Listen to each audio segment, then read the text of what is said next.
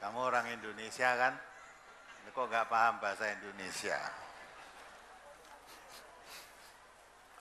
Jadi suami-suami mereka itu maksudnya suami-suami yang mentalak istrinya. Ya, suami-suami yang mentalak istrinya. Orang suami siji.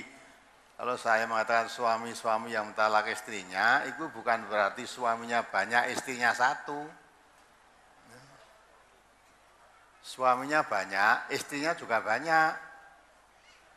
Nah, suami-suami yang mentalak istri, misalnya kamu sebagai suami mentalak istri, saya sebagai suami mentalak istri, yang lain mentalak, suami-suami mentalak istrinya.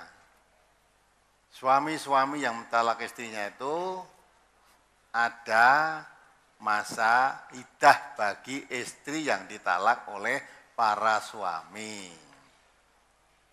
Paham belum tuh? Istrinya satu apa suaminya banyak? Ya semua, kayak sekarang tak oke kesisan. Semua suami yang mentalak istrinya, kalau saya mengatakan semua suami yang mentalak istrinya, itu bukan berarti istrinya satu, suaminya banyak. Ya, semua suami yang mentalak istrinya. Berarti suami-suami mentalak istrinya masing-masing gitu loh. Bukan kamu sebagai suami mentalak istri saya, nggak bisa. Semua suami yang mentalak istrinya itu boleh merujuki istri yang sudah ditalak tadi selama dalam masa iddah, masa menunggu. Selama masa menunggu suami tidak merujukinya, kalau habis masa iddahnya, masa menunggu tadi habis, salah satu kuruk tadi, ya, 3 kali suci atau 3 kali haid, sudah habis suami tidak merujukinya, istri tadi boleh nikah dengan orang lain. Tapi selama masa menunggu atau masa iddah tadi, yang boleh menikahi tadi hanya suami-suami yang telah mentolak istrinya tadi. Orang lain selama masa iddah tidak boleh.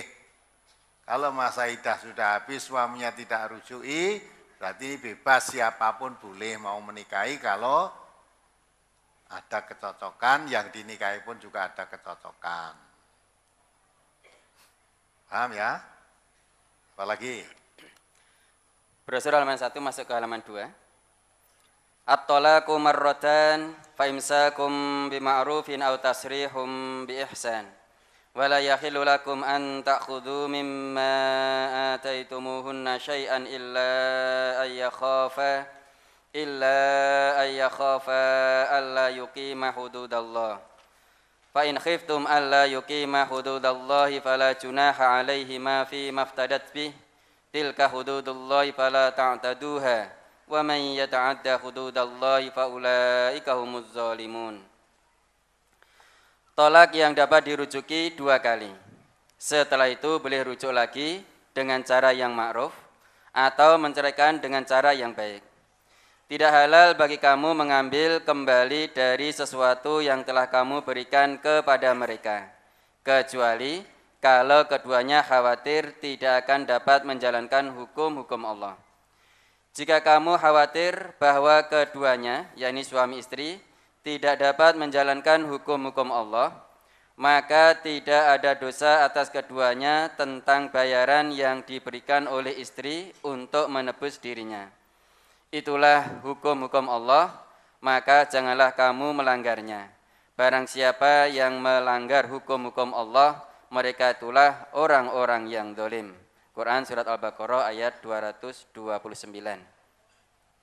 Mohon penjelasan kandungan ayat 229 Surat Al-Baqarah tersebut berkaitan dengan hadis halaman 4. Apakah berarti tolak di saat istri haid itu tolaknya tidak sah, Ustaz? Bacaan hadis halaman 4 apa isinya?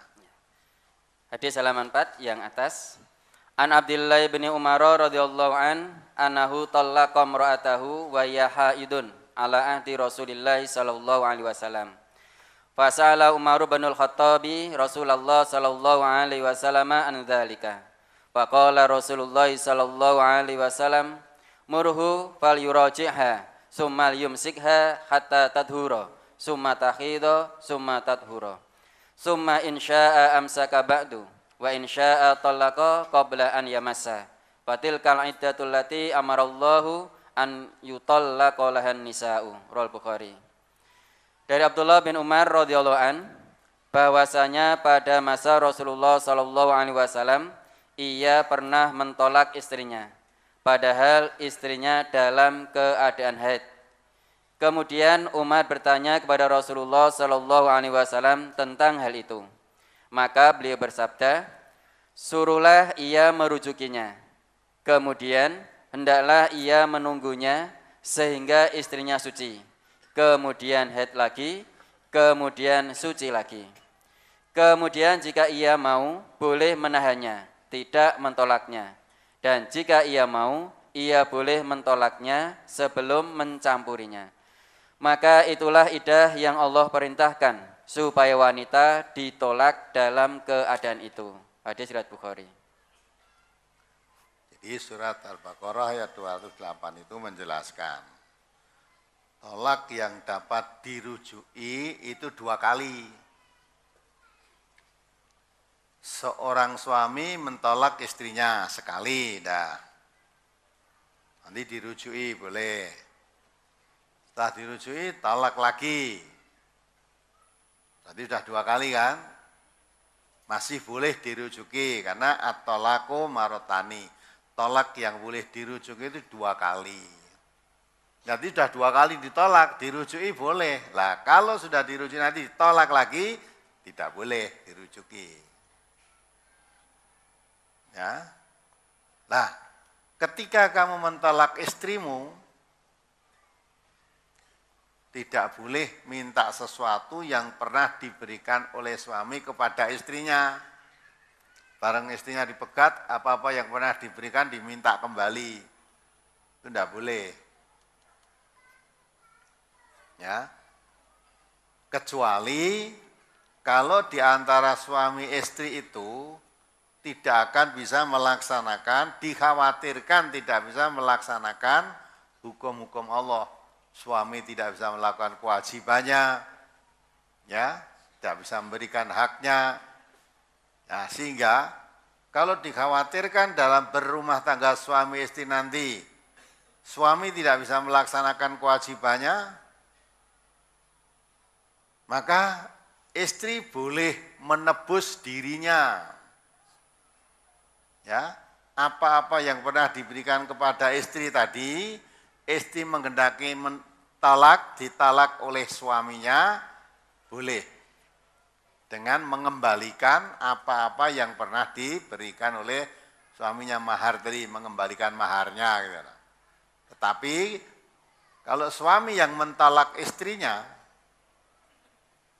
mahar yang pernah diberikan tidak boleh diminta kembali. Tapi kalau istri yang mau minta talak kepada suami, ya, boleh.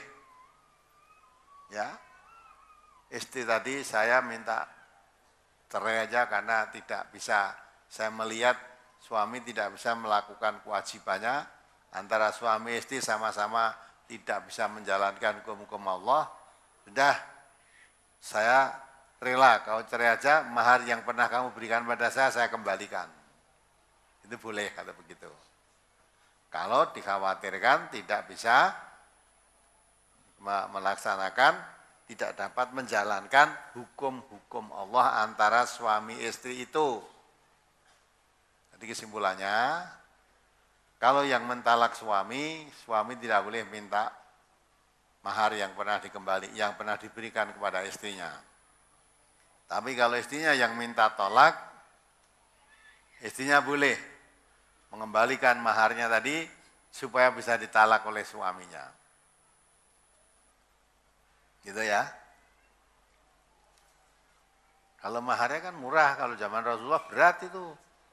Sahabat-sahabatnya ada mahar memberikan 1 kebun kurma, diberikan untuk istri. Nah, kebetulan istrinya minta tolak, kan mahar dikembalikan, padahal kurmanya sudah berbuah. Dan seluas kebun kurma banyak luas.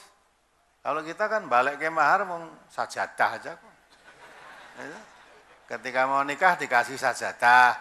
Sak perangkat sholat di sini kan sajadah karo rukuh. Yes, buat ini suamimu mau menerima pengembalian itu silahkan sajadah wis dadi gombal, rukuh dadi gombal, balik kayaknya. Nah, artinya kalau itu akan minta kembali, suami istrinya izin. Tapi kalau ya mahar-mahar yang zaman Rasulullah itu minta kembali tidak malu, wong nilainya mahal kok. Memang mahar itu sebetulnya yang menentukan itu istri. Kamu saya nikah, ya saya mau menikahi seorang wanita. Wanita boleh kamu nikahi saya, tapi saya minta ini, ya harus bisa memberikan ini. Kalau kamu bisa memberikan permintaan saya, boleh kamu